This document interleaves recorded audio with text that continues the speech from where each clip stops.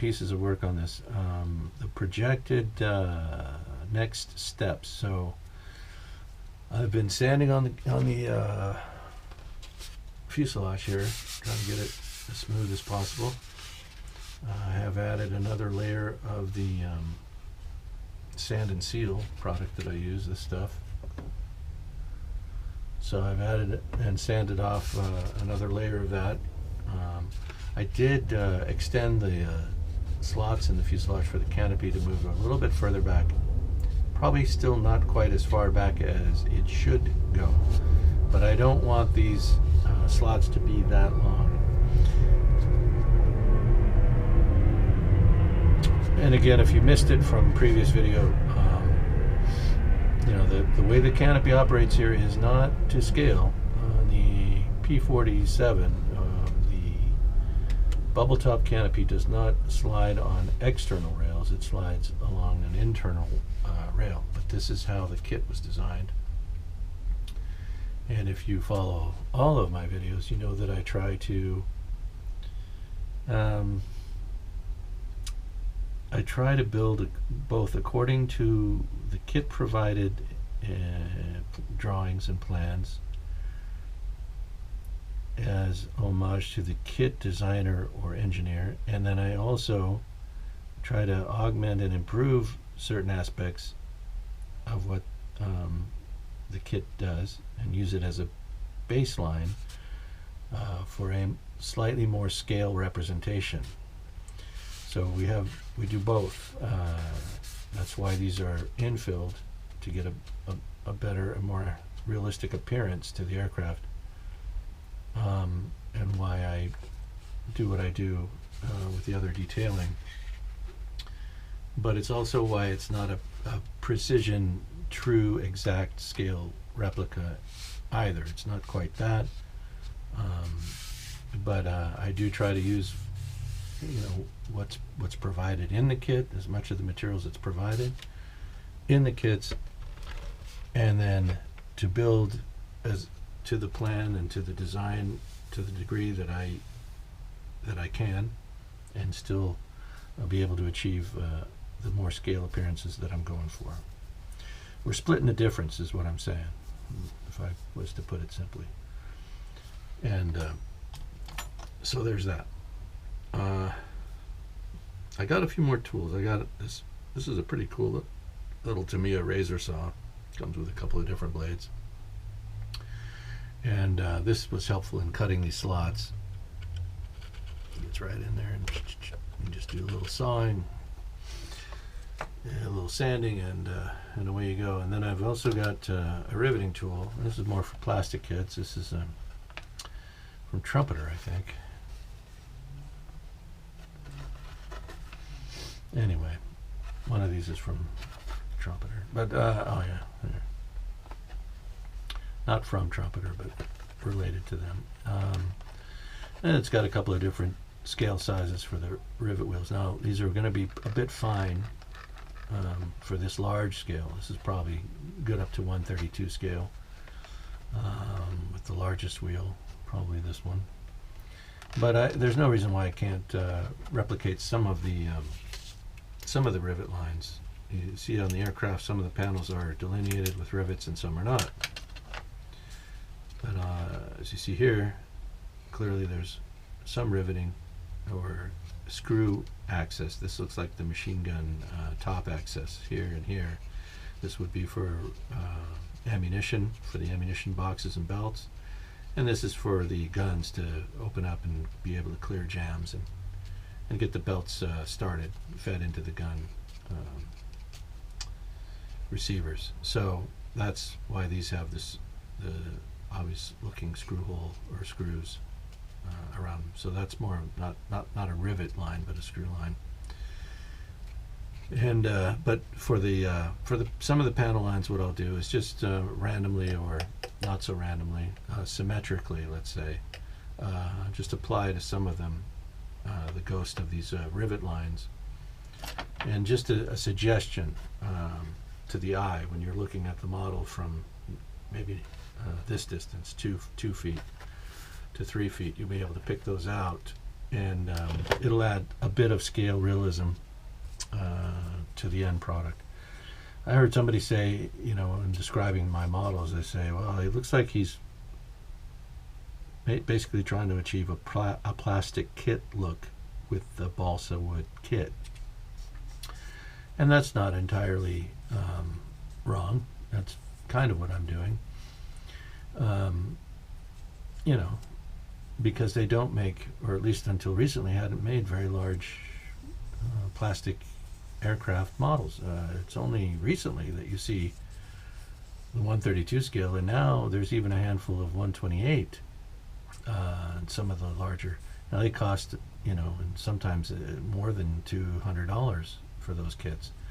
I think the 132 scale B17 is something like $210. That's one price I saw it at.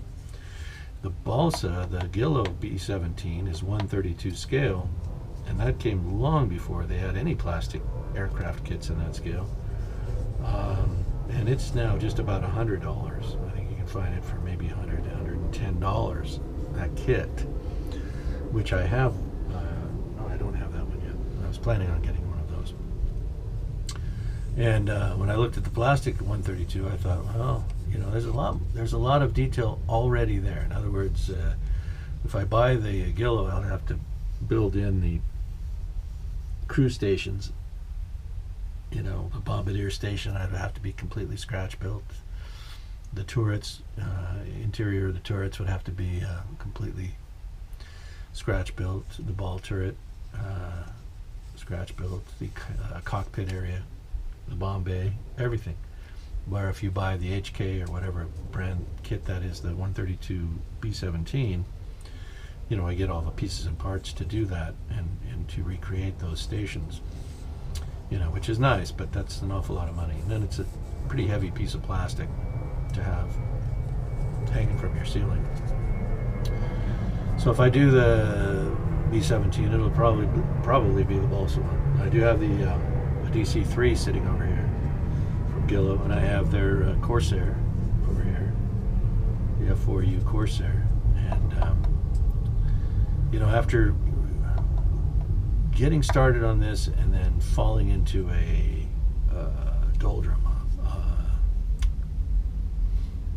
a period of where I didn't have the inspiration to keep working on it. This model sat for quite a while. I'm sure you all know. Anybody that's been watching my channel, I definitely know this product languished. And I'm hoping, you know, that I get back to work on it, and as you can see, I've been doing a bit of work with it, but I don't want to start the Corsair and have it then idle like this one did and like the P40 did. So I'm leery of that happening. That's a big project. That's going to take at least as much work, if not a bit more work, than this one did, to get it all the way through. And you know, I don't want to do that to the channel, and I don't want to have it sitting on the desk here like this one did, where parts can get lost, pieces of balsa pre-cut stuff that I've pulled out to look at and try and test fit and all that, and then sometimes these things get lost in the shuffle that goes on, and I don't want that to happen with that aircraft kit. Don't want it to happen with this one. So far we've been, and knock on wood, we've been pretty lucky, and nothing has, to my knowledge anyway, gotten lost yet. So I am working on the P47. That's good news. It looks like all of the features that I'm trying to add to it are going to happen, and that's good. I still don't know exactly how I'm going to finish it. In other words, what squadron, what nose art, what exactly is this thing going to look like. I'm not even sure whether to make it with the dorsal, the N series dorsal, or not. About all I know is that it is going to be a USAF jug, and it is going to have the post-invasion invasion stripes. That means they're just on the underside of the aircraft. It'll have the invasion fuselage invasion stripes going underneath the fuselage, not over the top, and it'll have the underwing black and white invasion stripes on the wing, on the bottom only. So it'll have that feature for sure. I know those two things. But I still am not sure about that dorsal fin, and I'm not certain whether it'll be a bare metal finish or a solid green over gray, or if it'll be more like the box art with the two-tone green and gray on the top. So, you know, there's still a lot of questions to be answered. I am going to have the I am going to fabricate a drop tank and put all that on there. Once I get the belly pan installed, we'll see how that sits, but I do think I want to have that on there. I don't know if I'll have the bombs fabricated for these pylons. I know I'm going to have the pylons on here for sure. I don't know if I'm going to do the tube rockets, I don't know even what their proper designation is, but you know what I mean. The rocket tubes for ground attack. I think it's a 6.75 rocket that they shoot. I don't even know. Look, it's been such a long time since I was big on the warbirds. I used to know all this stuff off the top of my head. Not so much anymore. Anyway, this is where we are. Look and see. I'll be fabricating a prop pretty soon, only because it's a four-bladed prop. I'm going to be making the paddle prop, the later series paddle prop for this airplane, not the earlier series that did not have the cuffs. Mine will be the cuffed blade.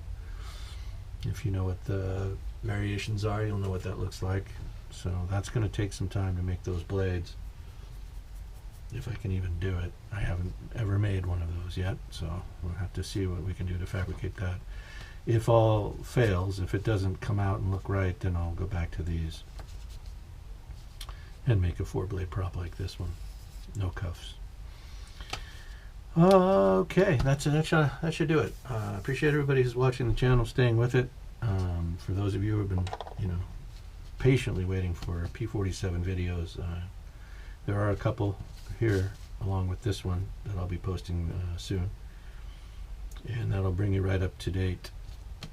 And again, I thank all of you, for checking in and subscribing and all that, commenting. Your encouragements are great. I like that. I don't get any negative comments, so if you're making them, continue to make them, but just know that I don't see those. Life's too short, and I don't know. I don't. Anyway, that's all beside the point. I hope everybody has a great day, and thanks for watching.